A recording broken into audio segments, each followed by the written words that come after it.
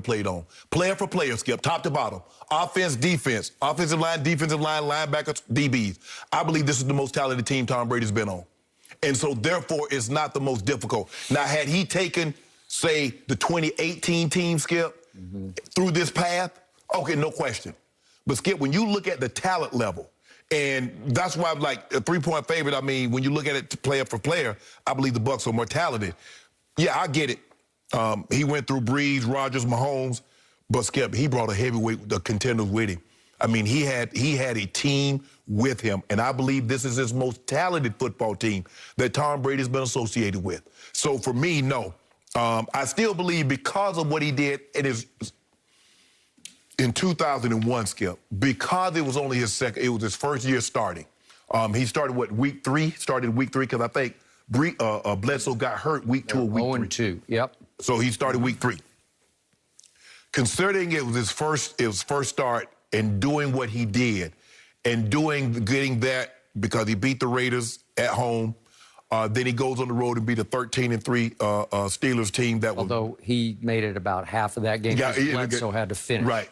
And then doing what he did in that game, because this is not the Tom Brady that we see now, Skip. It was not even close to that. And I don't think anybody thought in that game, watching that game, that he was going to turn out to be what he became. Nope. So for me, Skip, I'm going to say no for the simple fact of what he brought along with him. The arsenal that he has at his disposal now is greater than he's had at any point in time, if you look at it offensively and defensively.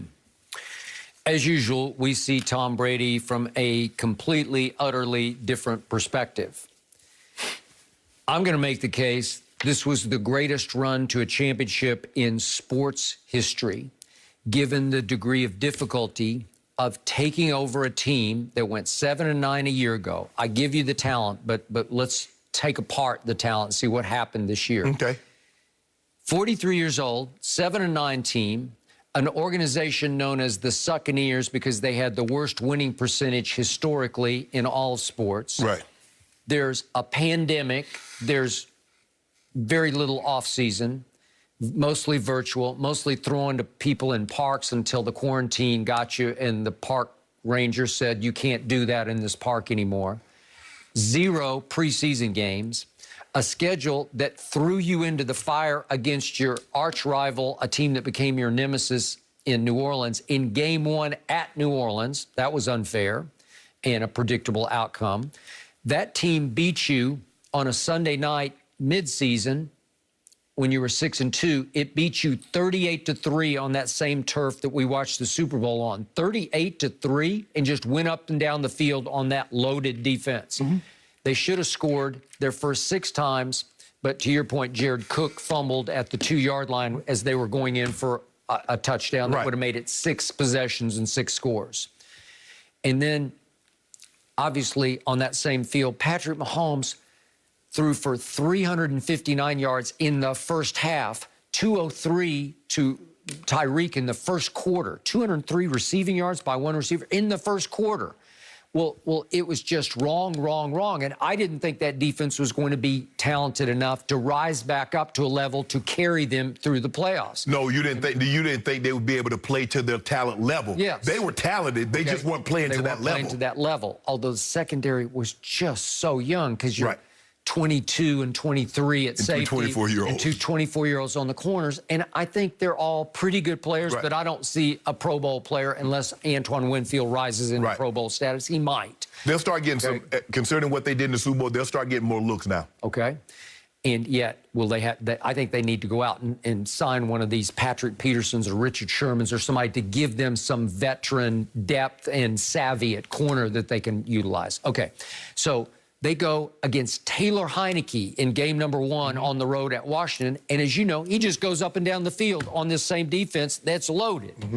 And it scared me because Brady had a huge game against the then number 2 ranked, on just yards allowed, number 2 ranked Washington defense that you said had won at least a top 5 pass rush that you thought would cause him some problems, and it did not. His offensive line had gelled and risen up to a level that it could compete in at least have a standoff against that pass rush and give him enough time to torch their secondary, which was torchable.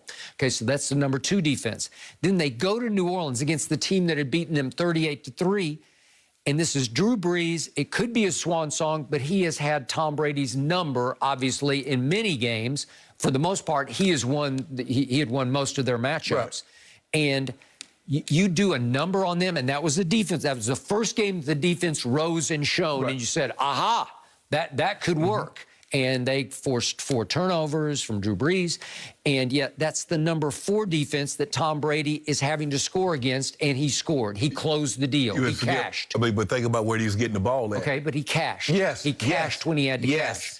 And then at Aaron Rodgers, at Lambeau, frozen tundra, that's the number 9 ranked defense. So that's 2 top 5 defenses and a top 10 defense that you have to face on the road against Aaron Rodgers, who talked the whole week about how he's in the biggest comfort zone he's ever been in. He feels healthier than he's ever felt, and he got his dream come true. Finally, a home field NFC championship game, and you know the rest of the story. Brady was magnificent in the first half, struggled a little bit in the third quarter because they lost both their safeties, and I thought Aaron Rodgers would just have his way. How did that, let me ask you a question, Skip. How does losing his safety affect Brady's play? Okay, because he knows he's going to have to win a shootout in the second half because he thought Aaron Rodgers would be able to throw a big old party on his defense. He wouldn't. You lost Antoine Winfield, and then you lost Whitehead early in the third. So for the whole second half, you're playing without your 2 starting safeties against Aaron Rodgers at Lambeau. Yeah. Should have been his game, and you know what happened. Aaron had a bad fourth quarter,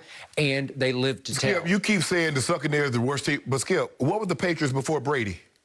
They were terrible franchise. Well, but they had been to the to 2 Super Bowls before. Tampa Bay had won a Super Bowl. Tampa Bay had gone to NFC Championship game. Yes, okay. Look at what was Golden State Warriors before Steph. We're not talking about the 1960s when they had Wilt, and when they go back to the 70s and won with Al Adams and Rick Barry. So they were terrible. There was a 20-plus year stretch where they were terrible, but they got a level of talent. See, you can't just keep saying, well, they had a history. Look at the Golden State Warriors are not the same Warriors because they got Steph, Clay, and Draymond, even though Clay is hurt. Once you get a level of talent, you looking at them and the totality says, well, they've been historically bad. Look at the level of talent. We're going to be interested to see how many Buccaneers, I don't know, maybe they do it during the season, but how many Buccaneers make the top 100? Okay. That's going to be very interesting to see. Top 100 NFL players. Off this team? Yes. Going into next year? Yes. Okay. Well, guess how many Pro Bowlers they had? They had 1 as a backup. They had JPP as a backup. Nobody made it. Brady didn't make it. Neither the wideouts who were Pro Bowlers. Well, I'm disappointed that Devin White didn't make it. I thought Devin White was Devin White was a lock, but he's gonna probably be a lock moving forward. Okay, so they win against Aaron Rodgers because they had beaten him down so badly in the regular season. I think it gave them enough faith they could go in there and compete with him, and they did. Right. And then they go up against the baby goat, Patrick Mahomes, and a defense and a coordinator that has had Brady's number, certainly in the Eli Super Bowl, the first one. Right. Okay, so to overcome the number 2, 4, and 9th ranked defenses and go Brees, Rodgers, and Patrick Mahomes is outrageously great, especially when you're 43 with the team that went 7-9 a year ago. In your first go-around with that team, you transform it into a Super Bowl champ. But it's impossibly great. I give you a prime example. It's like Trent. Trent got to the Ravens. They were 8-8. They had the defense was intact.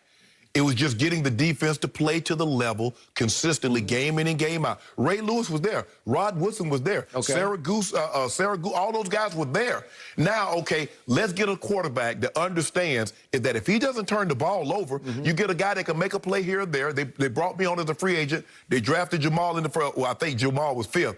We run the football. We play for the big play, but we turn it over to our defense. What Tom says, well, man, if I can get to 14, they're not going to let you get in the end zone.